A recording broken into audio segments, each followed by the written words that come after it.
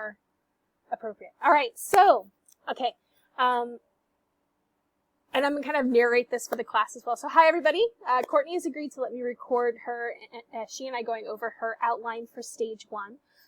What you'll also notice is that I'm starting to go back and give you guys some feedback as well for your outlines. So you all did a great job. You gave me questions, but we want to kind of refocus them so that they're a rhetorical analysis and not just a reporting of information.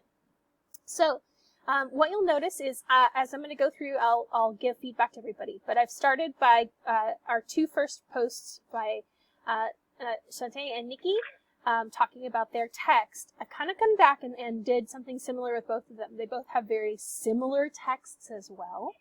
So that should make it so that they can kind of see and compare. Okay. All right. So what we want to kind of do is move away from just kind of reporting information into an analysis that focuses on ethos, logos, pathos, and kairos, but also that impact that the use of those 4 appeals had on you. So Courtney, why don't you tell everybody a little bit about what you decided in terms of the text that you want to use? So I chose Aesop's Fables. The Lion and the Mouse in particular. And as far as what I think rhetorical analysis it is, I believe it's ethos and pathos. So you feel like those are the 2 strongest ones, right? Right. Yeah. Okay. I don't really see any logos in there. Okay. Or I don't really understand that. Okay. And I'm going to insert our video right here. So I went over her.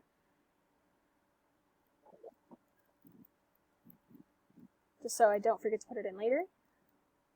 All right, so we're going to do something very similar. So we want to make sure, first and foremost, what rhetorical appeals are used in this text. So for you, you feel like ethos and pathos are the strongest, right? So this is going to be your thesis. So ethos, right, and pathos. And for you, you don't feel like there's a whole lot of logos, but how about kairos?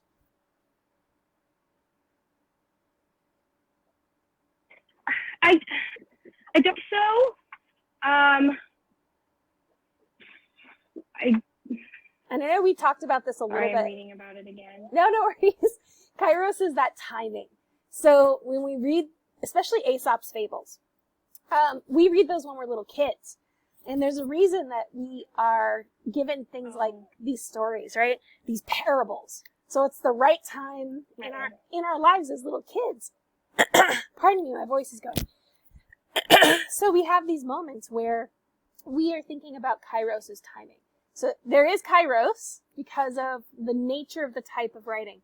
So these were parables that were meant for, not just kids, but for folks who needed things to be explained easily. So like a lot of morality tales or a lot of ethics tales, these are oftentimes kind of simplified down into these parables so that they're easy to understand.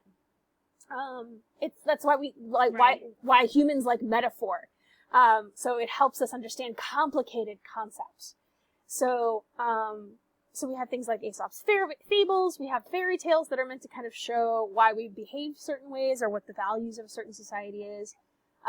That's why they're like in a lot of religious texts there are examples of stories. So we have all of these stories that are part of things there. And so, this will even connect to like Connor's analysis of Star Wars and, how that story was meant to show certain values and belief systems. So we have to be introduced to these stories at very specific times for them to be impactful. And they don't have the same impact based on the way they're created at other times in our lives. If we miss that opportunity or it's too early, it doesn't have the same impact. So there's definitely that kairos there. Okay. So, and then what we knew is we can kind of, you don't have to go ethos, logos, pathos, kairos, and this is going to be true for everybody. You can actually go through and analyze this like in the order of power, or you might actually, for example, put pathos and kairos together at the same time because they're linked. They're meant to kind of help people create sets of values and beliefs at a specific moment in their life and help them understand them. So you might actually do this for yours where pathos and kairos go together. They're not disconnected. So it'll be up to you, and we might actually talk about how that would look as well.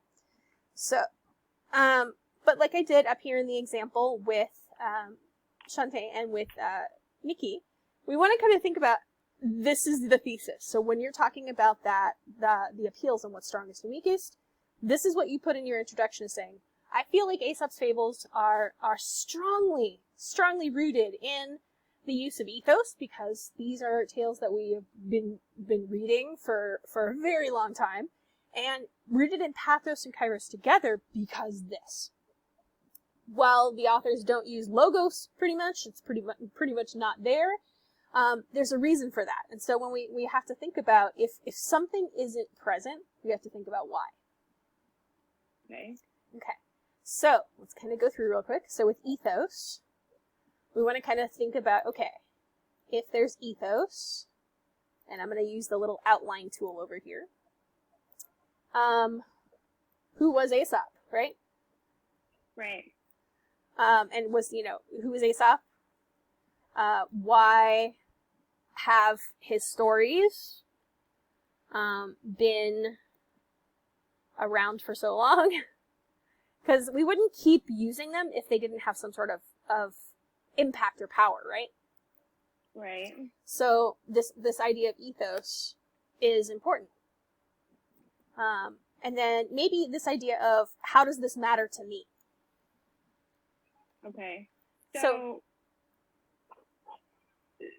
would you add in that his fable it appeals to one's ethics through ethos? It definitely, well, our parents are choosing these stories for us, right? I'm sorry, one more time. So oftentimes, especially Aesop's fables, these are presented to us through our parents, right? Right. So it's like, they're wanting this value to be introduced into your kind of mindset so that you are developing the same values that they have, right? Okay. So I'm sorry. No, go ahead. So I had started trying to write my rough draft, and this is actually a question that I was going to ask. Is I had put this fable appeals to one's ethics through ethos, with ethos through his careful choice of words. Well, you have to remember these are also translations, so. Okay. So the fables were not necessarily there. They've been kind of redone over time, so we have to be careful about the wording. Right. But you might be more. It might be more about the lines of maybe that could be another question: is are these Aesop's original words? Right. Well, yeah, I don't think that they are. So are the words more important, or is it the values and beliefs?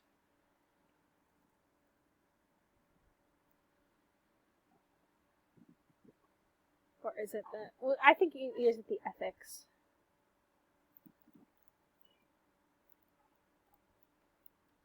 And that would then lead around to, and we can put that as a sub-question there. Okay. Why do I think that? Okay. All right, so how does this matter to me? So this is kind of talking more about your influence of kind of like the words, the message, from the text itself. By parents or the like matter. Or let's do this, how does.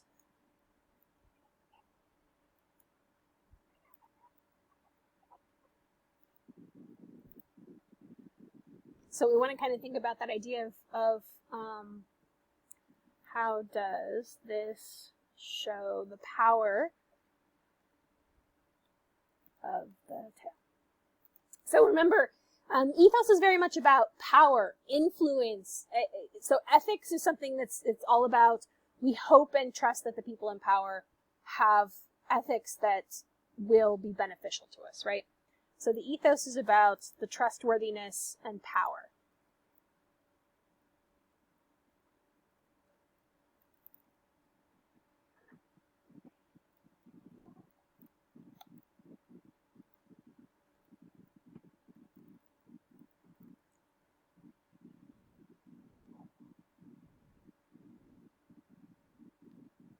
Okay. So I think that's good. Those are good there. And so what will happen when you go in to write your actual draft, you should have like one paragraph about explaining who Aesop was, one paragraph that answers, the idea of the ethics and impacts, one paragraph that talks about why have his stories been around for so long. Because then you see how it's starting to connect. Like, here's the first thing that leads into the next follow-up question that leads into the next follow-up question. So would that be 3 different paragraphs then for who was Aesop? Yep. And then the are the words and then the bullet point that's underneath. Mm-hmm. So it's 3 different ones. Yeah. So like in the 5-paragraph essay model, it's kind of like you have your introduction, 3 body paragraphs, conclusion, right? Right. That's a fantastic model for kind of what we're doing. So we want to think about this. This is our introduction. What rhetorical appeals are used in this text? And that gives us our thesis. So the introduction, this is kind of like your story from your proposal, plus, so think about it like a math problem, plus the thesis statement. So this is you kind of connecting things, and you can always move things from your original proposal into the answers that you put into your actual essay, but you're going to introduce us to the text and why you think it's impactful to you, while telling us how you think the rhetorical appeals have been used. And then you go into those rhetorical appeals. So then the introduction is like saying that I think that this particular story is ethos, and then list why I think it's ethos. I'm sorry, I'm just a little confused. Yeah, so that's exactly it. So when we're doing, this is where I told everybody we have to be really careful about avoiding a book report versus a rhetorical analysis. So kind of the questions that everybody's asked so far is, they're very much like a book report, telling me what the text is. But a rhetorical analysis tells us what the text does, which is a very fine line. So we have to kind of say, the author did this, so they're doing this. The text is doing this because that's what the author planned.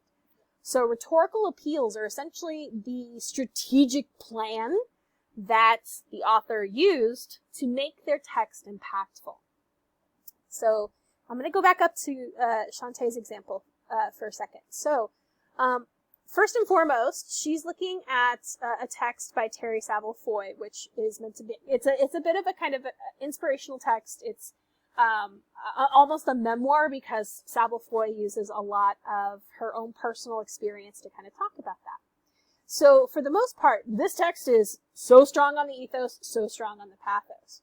So what she kind of want to do is kind of say, okay, Foy is using these very specific steps of, here's what happened to me, here's what I did to get past it, here's what you should do. So there's a lot of kind of movement and pushing, and there's the ethos, the pathos, the kairos are all very strong. Whereas, that wouldn't be, this is meant to be for folks who are like the author, who had a very traumatic set of experiences and are trying to figure out how to get through them.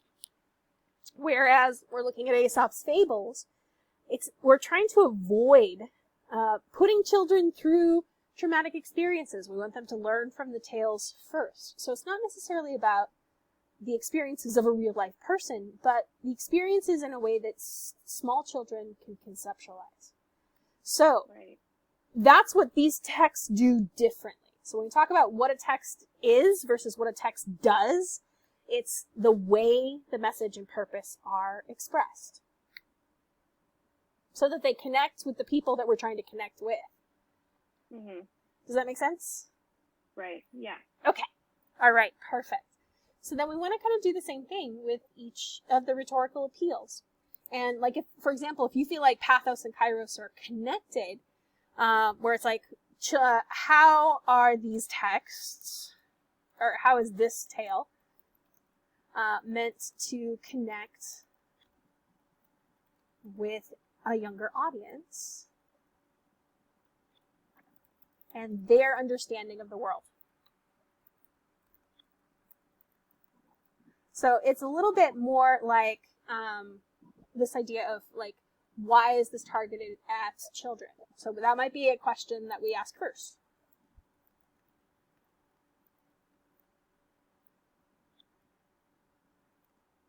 Because we always want to think about when we write a text, and this is kind of going to move into what we do for Writing Project 2, where we start producing something rhetorically. Whenever we're thinking about a rhetorical text, we have to think about who we're trying to write for. And so, self-help book, that is what an adult going through a tough time needs. A fable, that's what a child needs to form their cognition. So we've talked a little bit about cognition in different ways throughout our modules, and children's cognition. So the way they think, the way they're forming their own values and belief systems is basically what this is trying to do. So it's very different than something else. So it's like this is something where we're targeting a certain age group because this is helping them form those core values and beliefs.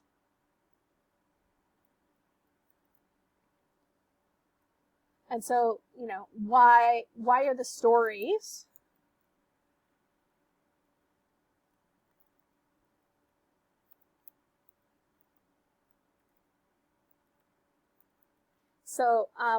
created the ways they are?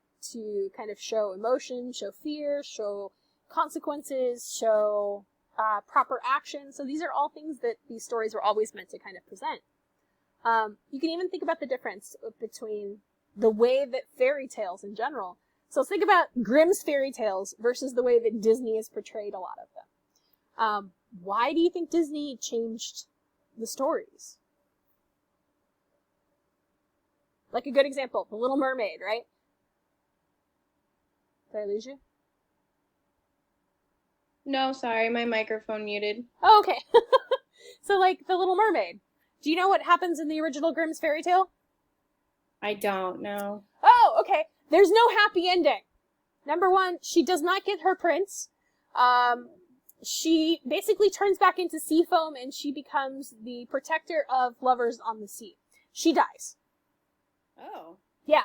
There is no happy ending. There's nothing. She loses everything. And that's kind of a scary thing. Or, things like what really happens in Beauty and the Beast, or in Cinderella.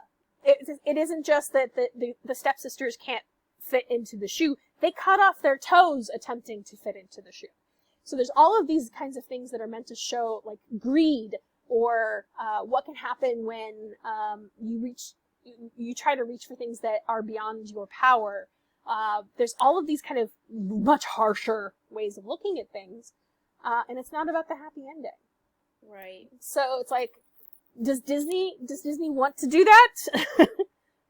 Probably not. But that's kind of like, we're seeing a lot of things where we're shifting stories. Like, think about the story of Maleficent and how that's shifted over the past 10, 15 years. Whereas before it was just this very omnipotent evil power in Sleeping Beauty. And it was meant to kind of show like how family, you have to be very careful about who you trust as family. So stepmothers get a big old bad rap throughout the Grimm's fairy tales for a reason. It's like they don't want family to disappear. You have to protect each other.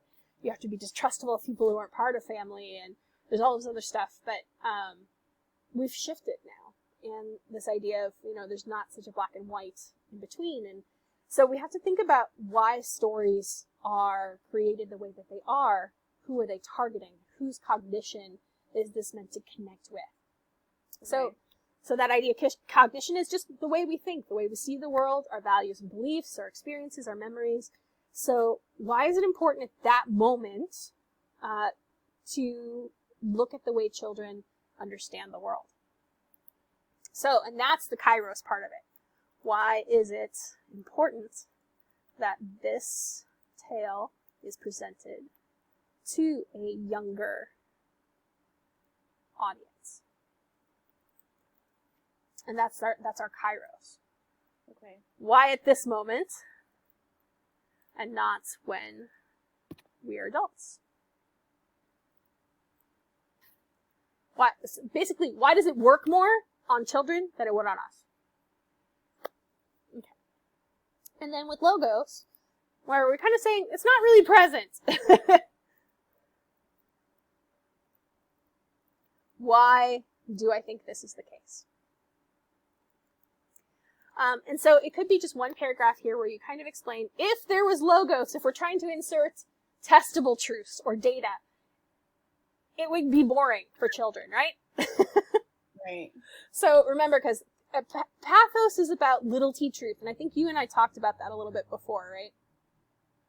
Yeah, I think so. Yeah, so the little t truth are the things that are personal truths, the things that might be true for some people, but not everybody. So that's why our values and beliefs, our faith, the way that we see the world, the way that we interact with people, our personality, all of these things are truths for us, but they're not true for everybody. Logos is about the big T truth, the testable truths, again, that are universal, and we keep testing them over time. But let's also think about this, and this connects back up to one of these questions that we have up here in Ethos. Why have his stories been around for so long? So, connecting back to Ethos, though, what testable truth, I'll put that in scare quotes, testable, there we go, makes these a universal story? Oop, did we get someone else?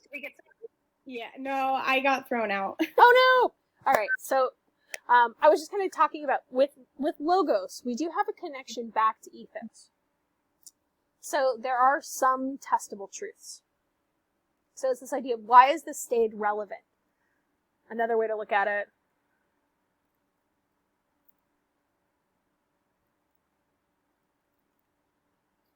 Why has this story stayed relevant all this time? So it's kind of logos, but it's logos that's dependent on the ethos of the story. So it's kind of like, we've tested it over and over again, and this is a value that people want to keep. So it connects back not just to ethos, but to pathos and kairos as well. Right. Does that make sense?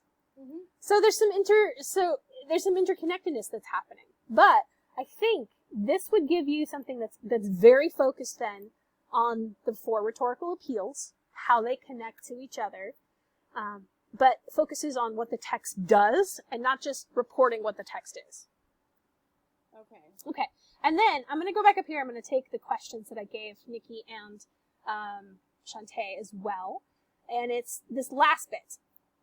When we think of this text, and I'm going to just take this part. Okay. Why do we think that this is a text that I continue to think is impactful for me?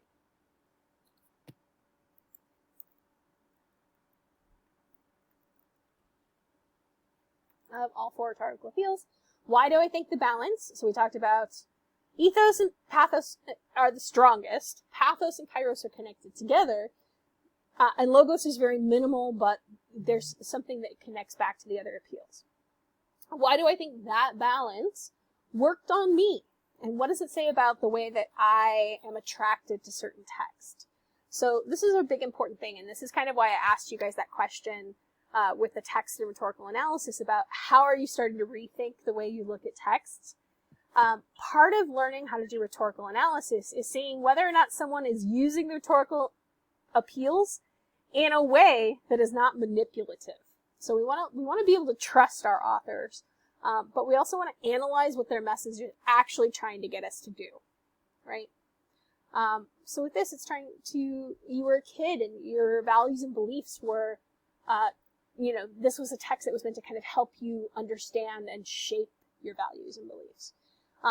So when you think about the way that you're attracted to texts, do you find yourself being attracted to texts that are from trustworthy places, or they're from a place of pathos where they're trying to look at an emotional appeal or something that connects with the way you view the world?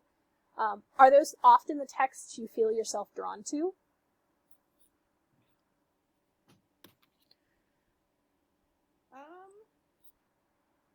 You're asking, right? Yeah. Okay. Yeah, I think so. Okay.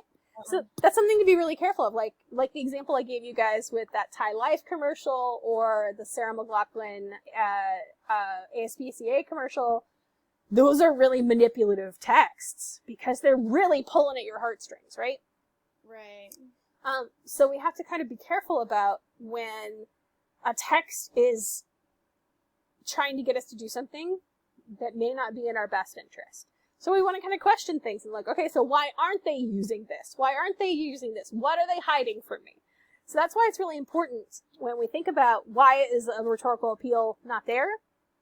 We want to be really careful about what we're looking at, or why is the one rhetorical appeal being used more prominently than the other. So that becomes a really important thing to kind of consider too. Okay.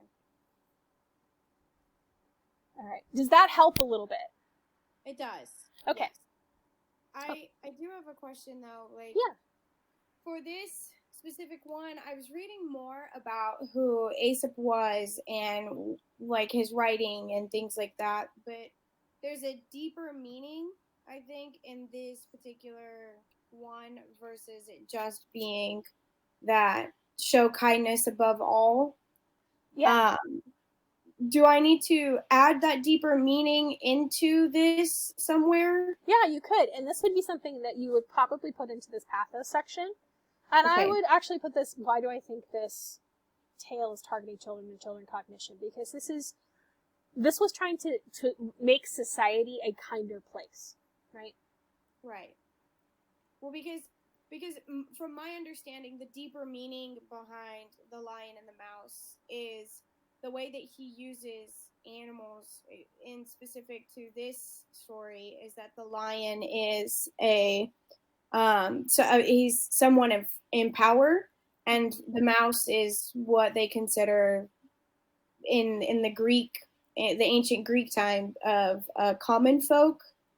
So I feel that this particular one is that he's showing those who feel powerless actually have more power than they believe. Okay. Why are the animal symbolisms connected to the values and beliefs of the Greek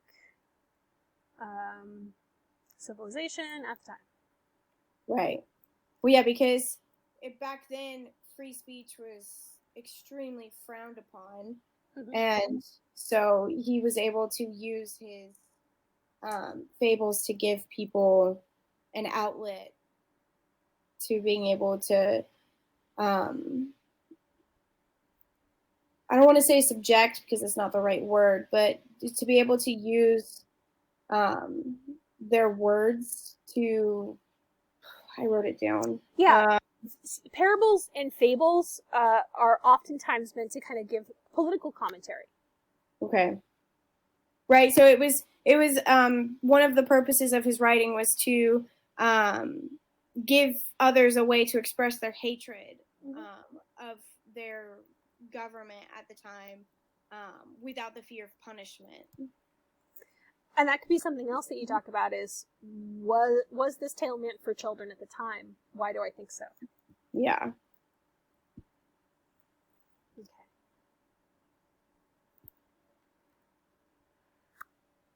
So yeah, no, that's great. Just make sure you cite all the stuff that you're using to kind of give background. That would be really important.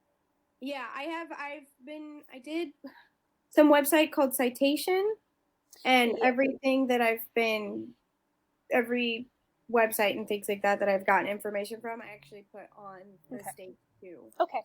So I'm actually going to add in our, because I'm having you guys use APA for this one, right? Right. Okay. I'm going to put in the APA module into the steps. So, and I'll probably be sending out an announcement. We're kind of looking at you guys' questions. I might actually push back the rough draft a bit, because I want to give you guys a chance to kind of redo all of these. But this, I think if this outline's kind of sitting well with you, this would be a great one to use for your project. Oh yeah. I've started like trying to jot down my thoughts, like, cause in my questions, I kind of started answering who was ASIP, and some of the questions that you have in here under the rhetorical analysis were also in my questions. Mm-hmm. So I have some of that like jotted down. I think my biggest problem is putting it together to make it to where it flows and it's not a jumbled mess. Yeah, so that's kind of something else I wanted to kind of point out was, like, see how the outline that we're doing is based on the question before it moves into the next question. And so, like, that's why it's always great to kind of build up, like, the first set. Who was Aesop? How does this matter to me? What are the stories? Why do I think this? How is this tale meant to connect? And then we put the additional questions below them. So this is the question cycle in outline form, essentially. Okay. So then, for each one of these, I'm sorry, I didn't mean to interrupt you. Oh, you're fine. No, you're good. So let's just say for ethos, is that going to be 6 paragraphs then? Or is it like, who was ASIP and then the 2 sub-questions, a paragraph? And then, how does this matter to me? And then the 2 sub-questions being another paragraph? That really depends on how much detail you want to go into, and you don't have to go into a huge amount of detail. So like these 3 could be one particular paragraph. Okay. But if you find like, for example, where you get down here and we have a lot of follow-up questions. Right. You might find that you can separate some of these out into their own individual paragraphs. Right. Okay. It really just depends on you. So you don't have to think about this as like, this is a straight paragraph for one question kind of situation. Okay. This is where you get to experiment a little bit, and there's no right or wrong way to approach it. Okay. But the way that we've organized it by using kind of that follow-up process, everything's still connected. Right. Right. Okay. And then in the rubric, you want us to do in-text references. Mm-hmm. What do you mean by that? So there are 2 parts to doing citation work. First is the in-text citation. So like, for example, you went and you're getting information about who Aesop was, right? Right. And so whatever website you got that from, there's an author for that article, right? Uh-huh. So with APA, what you would do is you would put the author's last name, comma, and the year that particular text was created. So okay, like, and then is that at the end of the paragraph then? It's at the end of the sentences where you use information from that source. So it's not just a paragraph, it's each individual sentence. Got it. Okay. So then the second part of doing citations is, of course, your bibliography. And with APA, that's a references list. And that's where you put the big, long reference with the author, the title, blah, blah, all the things. Right. That's at the very, very end, right? Correct. Okay. Yeah. So, and then, you just want to make sure, like, all of these places where you're talking about history, so, like, especially here, you're going to have author and year. Okay. And it goes at the end, and you put the period. Let me change that from 2020 to year. That would be confusing. Year. You put the period afterwards. Okay. So, like, anything that the way I like to tell people is if it wasn't in your brain when you were born, you have to cite it. Okay. Okay. So, like, you'll cite any kind of things that you quote from The Lion and the Mouse. Like I'm pretty sure Aesop's Fables is public domain at this point. So you would just need to find an online version of it to use and cite that. Okay. Okay. Yeah. Yeah, I found one that kind of, it breaks it all down, but it also uses the old terminology and things like that, which is extremely fascinating to me. So Excellent.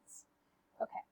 All right, I'm going to go ahead and stop recording here. So, guys, if you have additional questions about what Courtney and I have talked about, please feel free to ask, but I will upload this and send it out to everybody.